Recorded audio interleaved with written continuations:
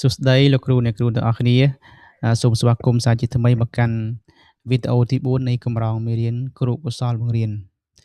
ដោយការសន្យាថ្ងៃនេះយើងនឹងលើកប្រធានបទមួយទាក់ទងទៅនឹងនិយមន័យ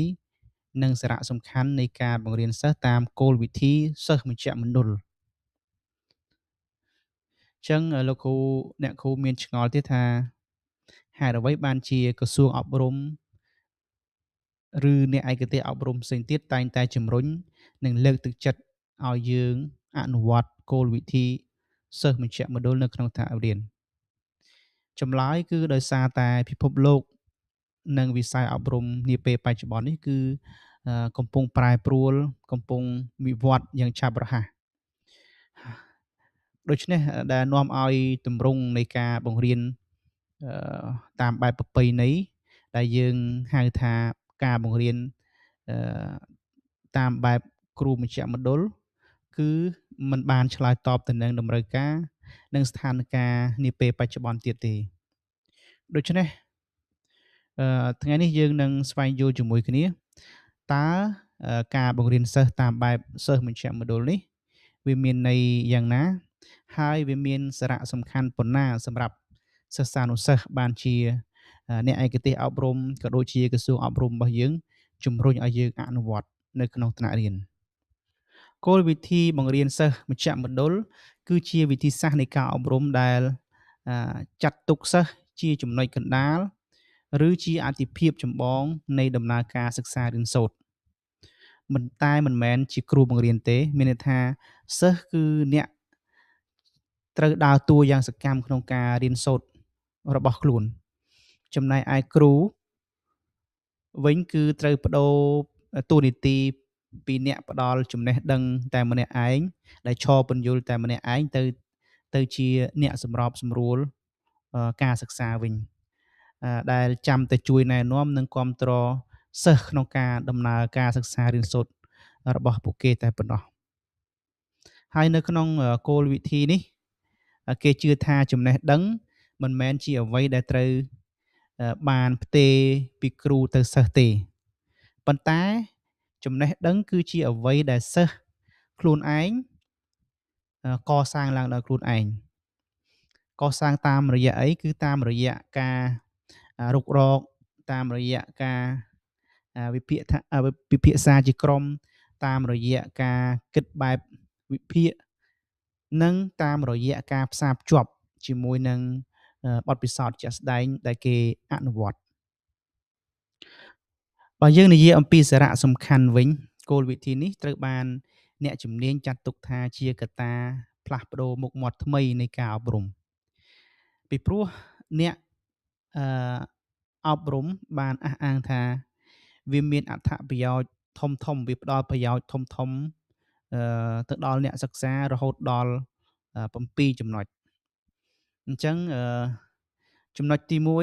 1គឺអគោលវិធីនេះផ្ដល់អំណាចដល់សិស្ស empower student មានន័យថាវិធីសាស្ត្រគោលវិធីនេះនឹងអនុញ្ញាតឲ្យសិស្សមានសិទ្ធិគ្រប់គ្រងការរៀនសូត្ររបស់ខ្លួនដែលជំរុញឲ្យពួកគេហ៊ានសួរសំណួរនិងក្លាយជាម្ចាស់អឺលើការអប់រំរបស់ខ្លួនមានន័យថាសិស្សានុសិស្សត្រូវបានលើកទឹកចិត្តឲ្យ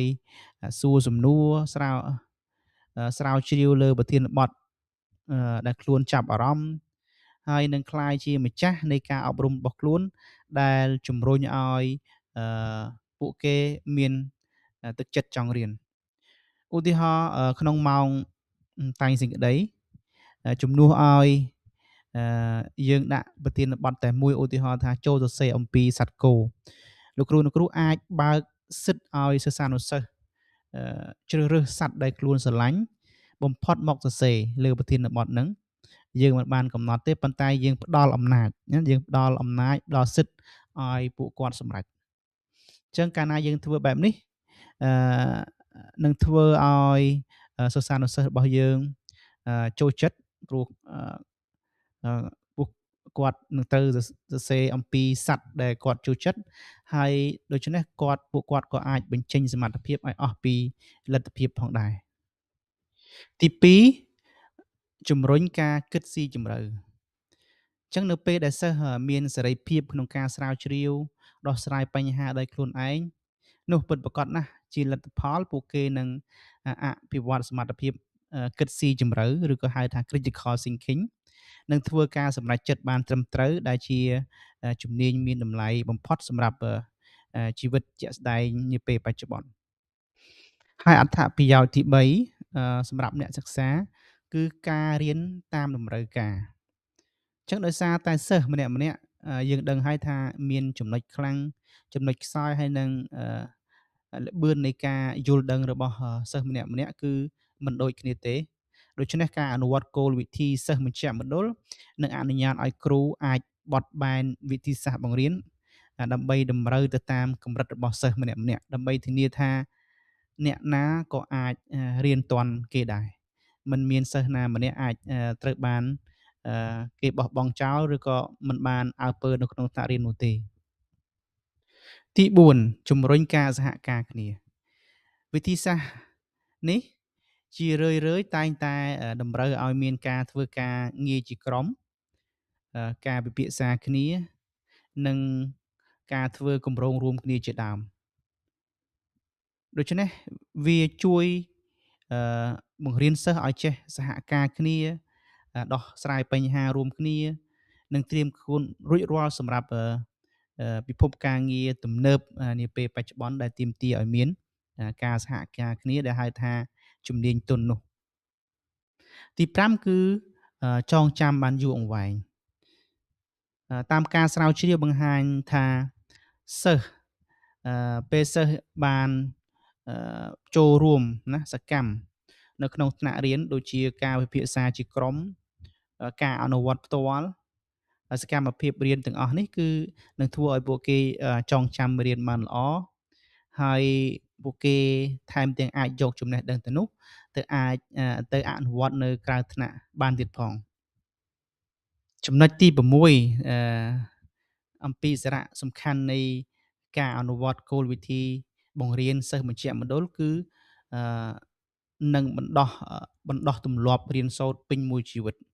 ឬហៅថា lifelong learning នៅពេលសិស្សចូលរួមយ៉ាងសកម្មនៅក្នុងសកម្មភាពរៀនសូត្ររបស់ពួកគេនឹងសប្បាយនឹងការរៀនសូត្រនិងមើលឃើញពីតម្លៃពិតប្រាកដនៃការអប់រំដូច្នេះពួកគេនឹងក្លាយជាមនុស្សដែលស្រឡាញ់ការរៀនសូត្រហើយបន្តស្វែងរកចំណេះដឹងដោយខ្លួនឯងពេញមួយជីវិតចំណែកចំណុចចុងក្រោយដែលយើងនិយាយអំពីសារៈសំខាន់នៃការអនុវត្តគោលវិធីសិស្សមជ្ឈមណ្ឌលគឺភាពបត់បែន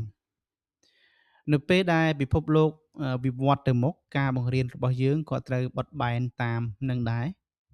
វិធីសាស្ត្រសិស្សមជ្ឈមណ្ឌលនេះមានភាពបត់បែនខ្ពស់និងងាយស្រួលភ្ជាប់ជាមួយនឹងបច្ចេកវិទ្យាថ្មីៗ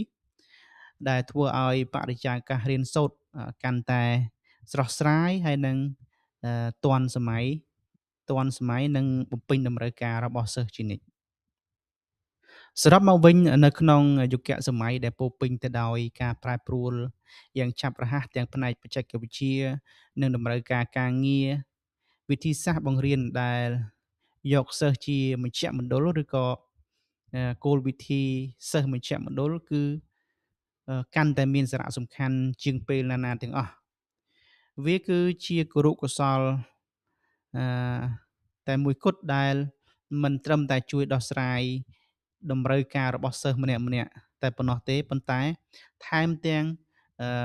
បំពាក់បំប៉នពួកគេឲ្យទទួលបានជំនាញសតវត្សទី21ថែមទៀតផងដូច្នេះក្នុងនាមយើងជាអ្នកអប់រំវាជាតួនាទីនិងជាការទទួលខុសត្រូវរបស់យើងក្នុងការបើកចិត្តទទួលយកគោលវិធីនេះនិងរៀបចំបរិយាកាសសិក្សាមួយដែលអនុញ្ញាតឲ្យសិស្សានុសិស្សរបស់យើងអាចរីកលូតលាស់អាចរីកចម្រើនក្លាយជាអ្នករៀនសូត្រពេញមួយជីវិតនិងត្រៀមខ្លួនដើម្បីសម្រាប់ប្រឈមមុខនឹងអនាគត